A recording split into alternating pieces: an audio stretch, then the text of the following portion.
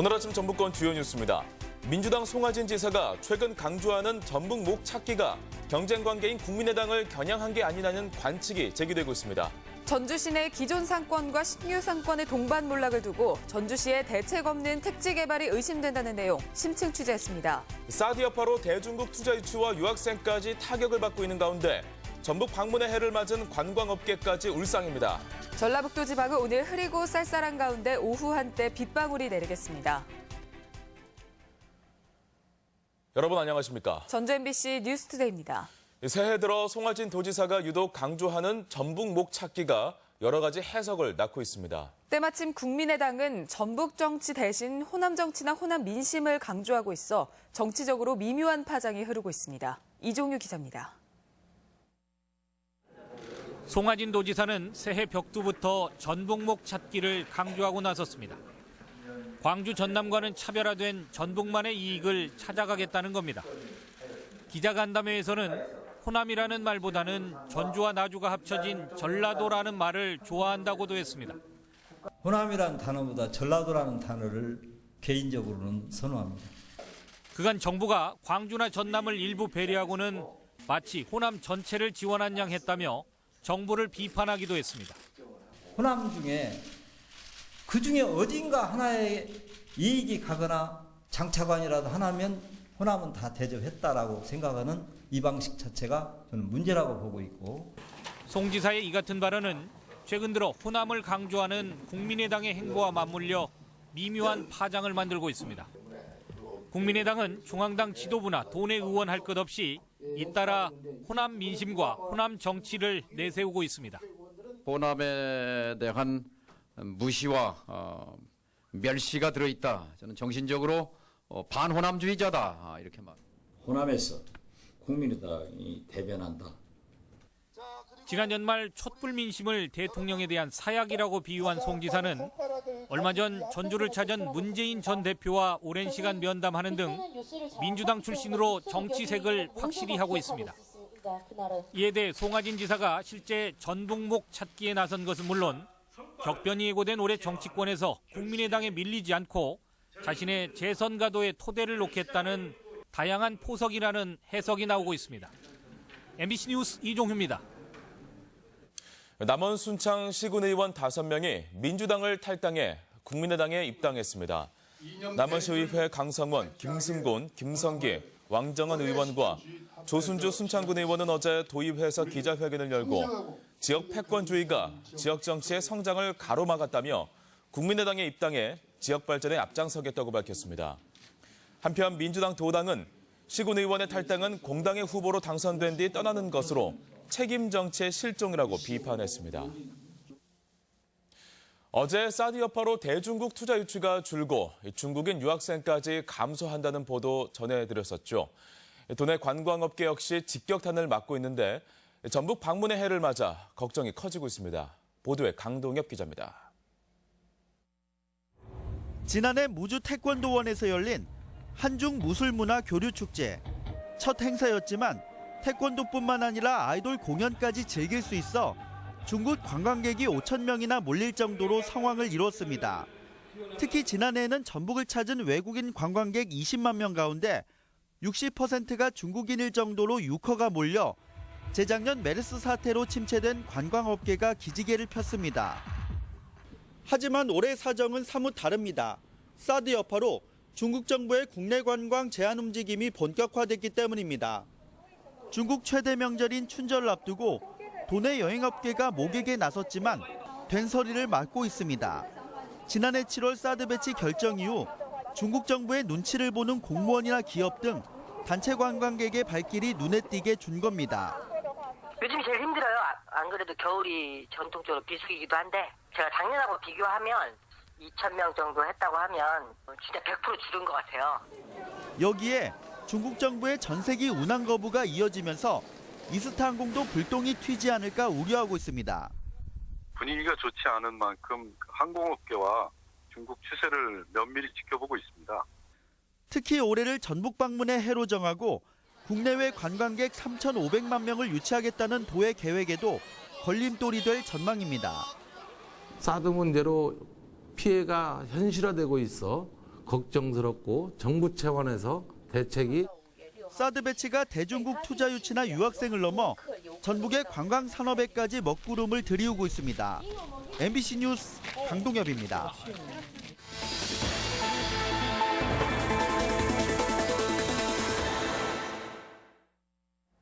요즘 전주 시내 상가마다 폐업이나 임대 알림을 내건 점포가 급증하고 있습니다.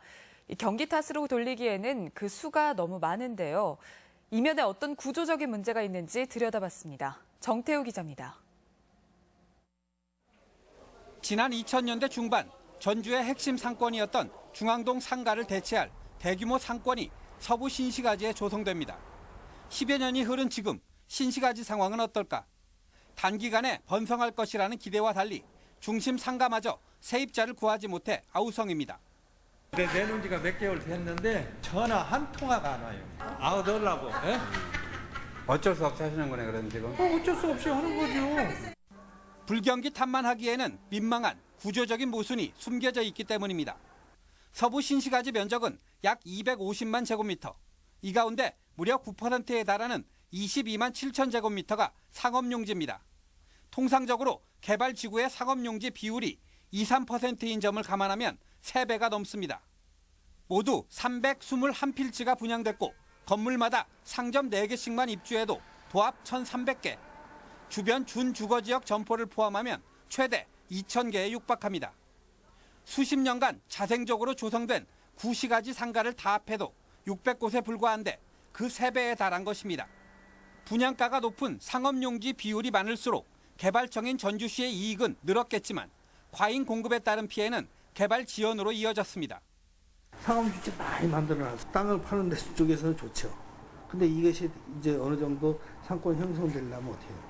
엄청난 시간이 걸린다는 얘기죠. 더 큰 문제는 전북개발공사와 LH 등 공공기관이 개발한 추가 상업용지가 잔뜩 대기하고 있다는 점입니다. 혁신도시와 만성지구, 여기에 에코시티, 효천지구까지 더하면 22만 5천 제곱미터 규모. 서부 신시가지 상업용지만큼이 또 공급되는 것입니다. 결국 산술적으로는 인구가 대여섯 배 늘거나 아니면 소비가 대여섯 배 늘지 않고서는 현상 유지를 할 방법이 없다는 뜻입니다. 전주시는 개별 지구 단위 계획 심의에는 문제가 없었다고 말하지만 신규 공급이 기존 상권의 몰락을 가져온다는 점은 간과한 것입니다. 인구가 안 늘어났다고 해서 택지 개발을 할 수 없고 하지 않으면 모든 어디 지역이나 경기도 지역도 마찬가지지만은 개발을 할 수가 없는 그 상태에서 정치가 되는 거죠. 근데 전문가들은 인구 유입이 정체된 지방 중소도시에서 연속적인 택지 개발은 부작용을 낳을 수밖에 없다고 경고합니다. 전주시의 인구 규모가 정체되어 있는 상태에 있어서는 지금 현재의 도시 규모로서도 충분하다. 그런 측면에서 더 이상의 택지 개발 사업은 진행되어서는 안 된다라고. 수익성을 공공의 이익으로 포장한 전주시의 무분별한 택지 개발이 가뜩이나 자영업 비중이 높은 지역 상권에 동반 몰락을 부추기고 있습니다. MBC 뉴스 정태우입니다. AI를 완전히 막을 수는 없겠지만 밀집도를 낮춰 피해를 최소화하는 방안이 모색되고 있습니다. 특히 번번이 살처분의 희생양이 된 용지 산란계 단지의 밀집 문제를 해결할 수 있느냐가 주된 관심사입니다. 고차원 기자가 보도합니다. 지난달 산란계 최대 밀집 지역인 김제 용지에서 AI가 발생하면서 163만 마리가 살처분됐습니다. 농장이 밀집해 한번 발병하면 대규모 피해가 나는 김제 용지는 2008년과 2015년에 이어 벌써 3번째 AI가 발생했고 직접 보상 금액만 400억 원을 넘어섰습니다. 만약 이 돈을 시설연대화나 폐업 보상 등에 썼더라면 대규모 피해와 수급 불안을 해소할 수 있었던 게 아니냐는 자성이 나오는 대목입니다. 김제시하고 용지 지역 주민들하고 협의를 해 나가서 이번 기회에 근본적으로 우리 용지 지역의 문제점을 해결할 수 있도록 고민을 해보겠다 그 말이에요. 이와 함께 다음 달 초 방역대가 해제되는 김제 용지의 경우 재입식 여부를 더욱 엄격한 기준으로 판단하기로 했습니다. 현재 상황이라면 재발 위험이 너무 높기 때문입니다. 한편 검역본부는 사육농장 출입 차량 가운데 GPS 장치를 달지 않거나 운행 중 작동하지 않은 44대를 적발해 고발하거나 수사 의뢰했습니다. 차량 GPS는 AI 감형 경로와 확산 추이를 가늠하는 주요한 자료를 제공하기 때문에 이를 어기면 1,000만 원 이하 벌금이나 1년 이하 징역에 처하도록 규정하고 있습니다. MBC 뉴스 고차원입니다. 정부가 역사 국정교과서 적용을 1년 미루기로 했지만 연구학교 지정을 밀어붙이며 꼼수 논란을 빚고 있는데요. 도교육청은 연구학교 지정도 거부하겠다는 방침을 고수하고 있어 마찰도 우려됩니다. 정진호 기자가 보도합니다. 교육부가 최근 연구학교 지정과 관련해 전북교육청에 공문을 내려보냈습니다. 중학교 1학년의 역사, 고등학교 1학년의 한국사를 편성한 학교를 대상으로 교육청이 연구학교 지정에 적극 협조해달라는 내용을 담고 있습니다. 연구학교에는 1,000만 원의 예산과 승진 가산점을 주겠다는 당근도 제시했습니다. 하지만 전북교육청은 이 같은 공문을 중고교에 전달은 하겠지만 연구학교 지정은 하지 않겠다는 방침을 명확히 했습니다. 교직원들 간의 상호 반목을 할 수 있는 가능성을 사전에 차단하고자 저는 연구학교 지정에 대해서는 명확하게 반대 입장을 갖고 있습니다. 그러한 내용으로 공문이 나갈 것으로. 연구학교 지정 권한에 대해서도 도교육청은 국가사무라는 교육부의 견해에 맞서며 반대하고 있습니다.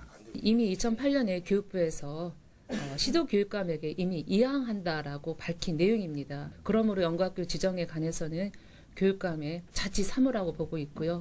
야 3당도 역사 교과서 국정화 금지 법안을 이달 안에 통과시키겠다고 벼르고 있는 상황입니다. 2월 중에 국정 역사 교과서를 금지하는 법률안이 처리가 될 것이라고 가지고 그러면은 3월부터는 거민정 교과서를 쓰도록 할 것입니다. 하지만 교육부는 연구학교 지정을 거부하면 법적 대응에 나서겠다고 밝힌 데다 국립중고교의 연구학교 지정을 추진할 예정이어서 논란은 당분간 계속될 전망입니다. MBC 뉴스 정진호입니다.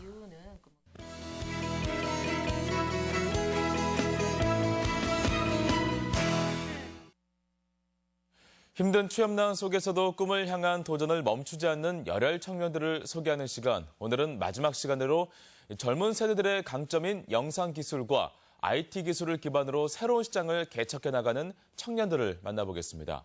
유룡 기자의 보도입니다.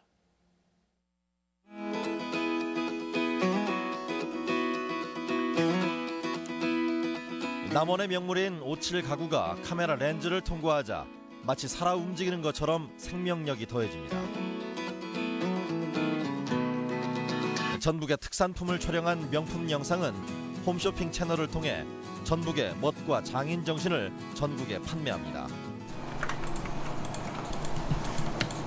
방송사 외주 프로그램 제작으로 시작된 영상과의 인연이 이제는 홈쇼핑과 CF로 활동 영역을 점점 넓혀가고 있습니다. 홈쇼핑이라든가 관공서라든가 그런 쪽 일을 맡게 되면서 매출은 지금 2년 만에 한 2배 정도 이렇게 성장을 보였고요. 그리고 그로 인해서 이제 고용 창출까지. 빠르게 발전하는 촬영 장비와 편집 장비를 능숙하게 다루기는 쉽지 않은 일. 하지만 젊기 때문에 도전했고 시장 개척도 가능했습니다. 아직은 소상공인 희망센터 내부에 비좁은 작업장에 머물고 있지만 조만간 더 넓은 세상으로 뛰어나갈 준비를 하고 있습니다. 그리기만 하던 세계를 시각화할 수 있는 그런 작업이거든요. 그런 부분에서 매력이 있는 것 같고요. 앞으로 매체가 다변화될수록 영상 수요는 더 늘어날 거라고 생각을 해서 전망은 밝은 것 같습니다. 중소기업에서 연마한 IT 기술로 창업 2년 차를 맞은 이영 씨. 최근 수요가 급증하는 인터넷 보안 장비 설치와 네트워크 유지 관리로 꾸준한 일거리를 찾아내고 있습니다. 공공기관 중심으로 일거리가 하나둘 늘어 직원 2명이 연간 1억 원 이상의 수익을 거뜬히 끌어올리고 있습니다. 교육청의 교육연구정보이라는 곳에 개인정보 유출 차단 시스템에 대해서 유지 보수를 지금 진행을 하기로 했고 무주군청이나 부안군청 같은 곳에 경제가 꽁꽁 얼어붙었다는 요즘이지만 젊음과 열정으로 활로를 여는 청년들이 있어 정유년 새해에도 희망이 움트고 있습니다. MBC 뉴스 유룡입니다. 도내 제조업체 경기 상황이 20년 전 외환위기 수준으로 추락했습니다. 전라북도 상공회의소 협의회가 도내 100여 개 제조업체를 조사한 결과 올 1, 4분기 기업 경기 실사지수가 65로 2015년 2, 4분기 이후 7분기 연속 기준 100을 밑돌았습니다. 특히 지난해 4, 4분기 BSI 실적치는 51로 외환위기 당시 55보다 낮았습니다. 취업을 원하는 경제활동 인구가 늘고 있지만 실업률도 덩달아 오르고 있습니다. 통계청에 따르면 지난달 도내 실업자는 2만 3천 명으로 실업률이 2.5%에 달해 1년 새 0.7%포인트가 증가했습니다. 반면 고용률도 소폭 늘어 경제난으로 증가된 경제활동 인구가 고스란히 실업률 증가로 이어지고 있다는 분석입니다.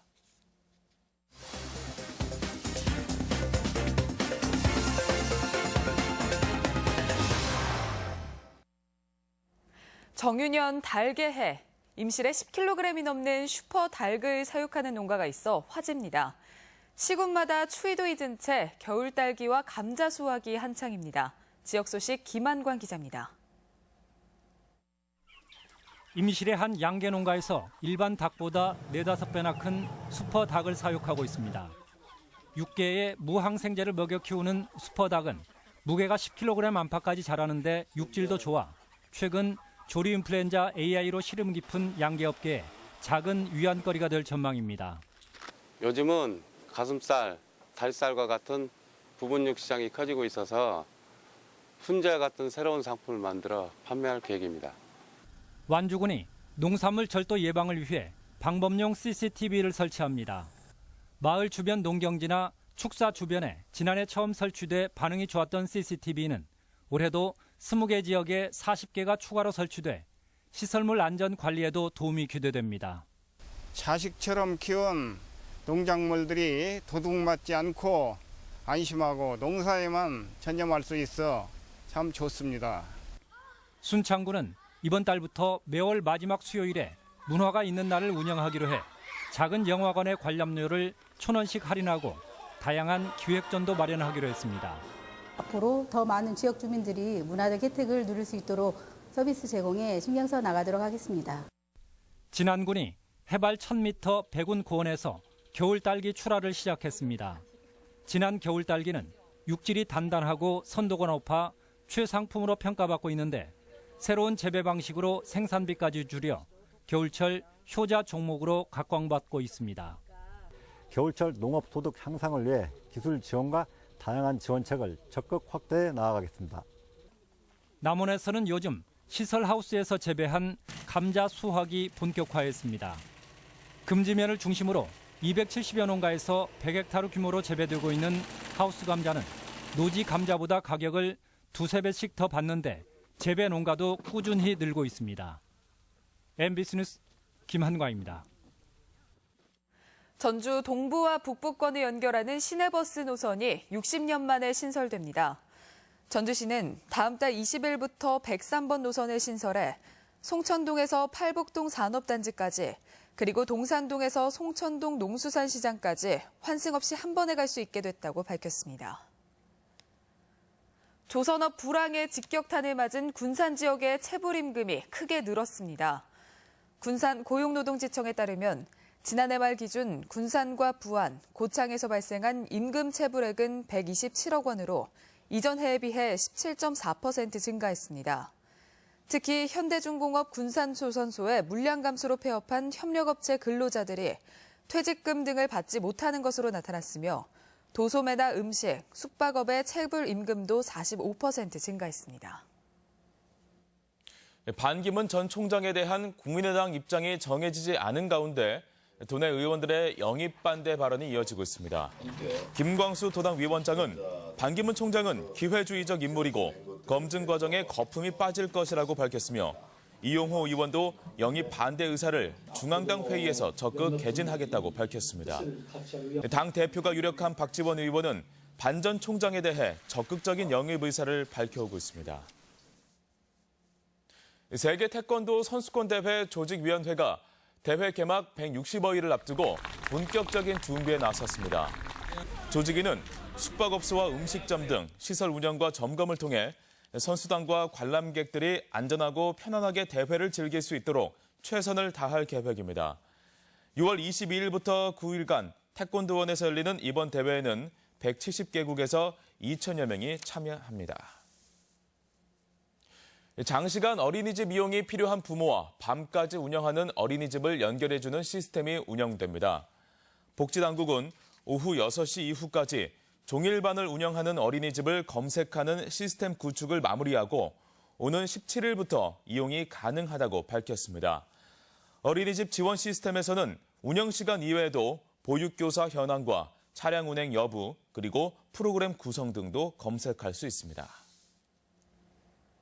다음은 희망 2017 나눔 캠페인 성금을 저희 전주 MBC에 맡겨주신 분들을 소개해드립니다.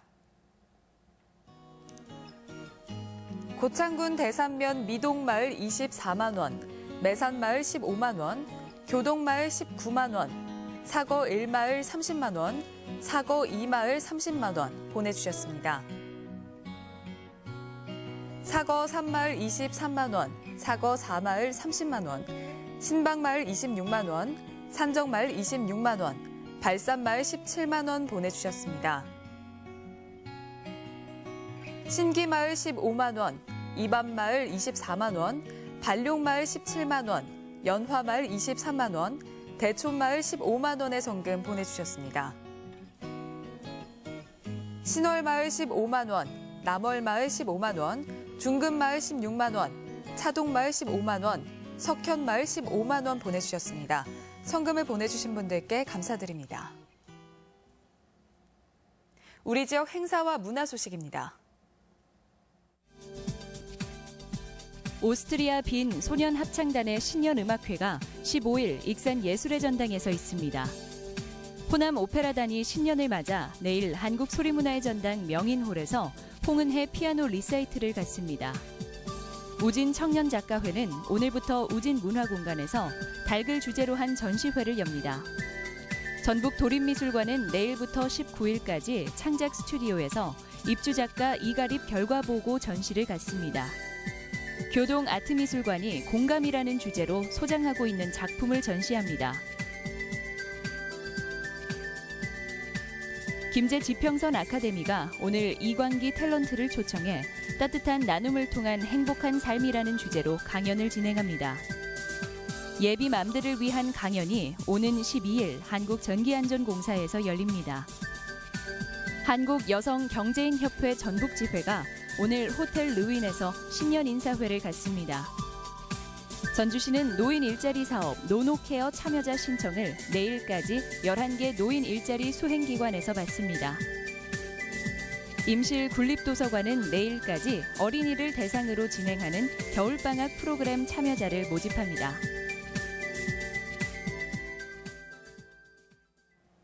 날씨입니다. 전라북도 지방은 오늘 흐리고 쌀쌀한 가운데 오후 한때 빗방울이 내리겠습니다. 낮 최고 기온은 전주 5도, 남원 6도 등 3에서 8도의 분포로 어제보다 높겠습니다. 바다의 물결은 서해남부 전 해상에서 0.5에서 2m로 일겠습니다.